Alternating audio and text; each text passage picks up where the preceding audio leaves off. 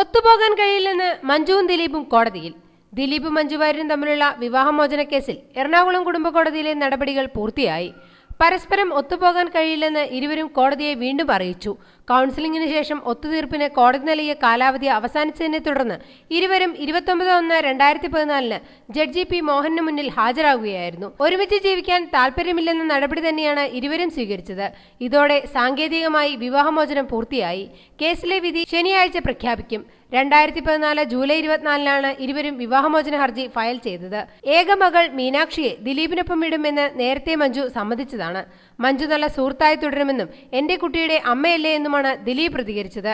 വിവാഹ ജീവിതത്തിനിടെ സമ്പാദിച്ച സ്വത്ത് മുഴുവൻ ദിലീപിന് തിരിച്ചു നൽകുമെന്നും ദിലീപ് തനിക്ക് ജീവനാംശം നൽകേണ്ടെന്നും മഞ്ജു അറിയിച്ചിരുന്നു. ദിലീപിന്റെയും മഞ്ജു വാര്യരുടെയും വിവാഹ ജീവിതത്തിലെ അസ്വാരസ്യങ്ങൾ വർഷങ്ങൾക്ക് മുൻപേ ഗോസിപ്പ് കോളങ്ങൾ നിറഞ്ഞെങ്കിലും പിരിയുന്നു എന്ന വാർത്ത ആരാധകരെ ഞെട്ടിച്ചിരുന്നു.